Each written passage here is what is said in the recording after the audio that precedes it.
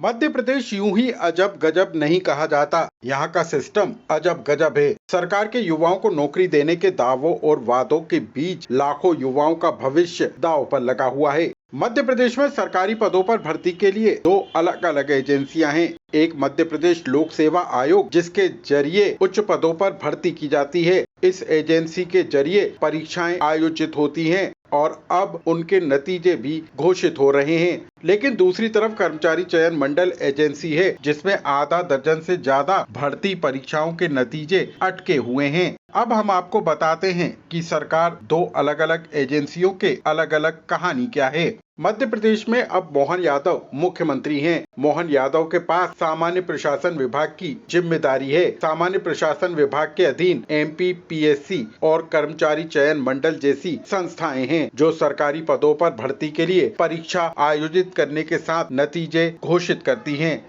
लेकिन एक तरफ MPPSC के द्वारा आयोजित परीक्षाओं के नतीजे घोषित हो रहे हैं, तो दूसरी तरफ कर्मचारी चयन मंडल में सीधी भर्ती के लिए आयोजित परीक्षाओं के नतीजे अटके हुए हैं। MPPSC ने भर्ती परीक्षाओं के नतीजे घोषित करने का फार्मूला इजाद किया है। MPPSC ने सरकारी नौकरियों में OBC को 27% आरक्षण मामले को देखते हुए 87% पदों के नतीजे घोषित किए हैं, जबकि 13% पदों की चयन सूची मामले में अदालत के अंतिम आदेश के बाद घोषित करने का फैसला लिया है। लेकिन कर्मचारी चयन मंडल में इस फार्मूले को अब तक लागू नहीं किया जा सका है, जिसके कारण पटवारी भर्ती, वन रक्षक भर्ती, पुलिस कांस्टेबल भर्ती, कृषि विस्तार अधिकारी जैसे विभागों में भर्तियां अटकी हुई हैं। कर्मचारी चयन मंडल इनके नतीजे घोषित नहीं कर पा रहा है। इसकी वजह से 25 लाख युवाओं का भविष्य दांव पर लगा हुआ है। सवाल यह है कि जब एक ही विभाग के अधीन आने वाली दो संस्थाएं हैं, तो दोनों में अलग अलग नियम प्रक्रिया क्यों लागू किए जा रहे हैं,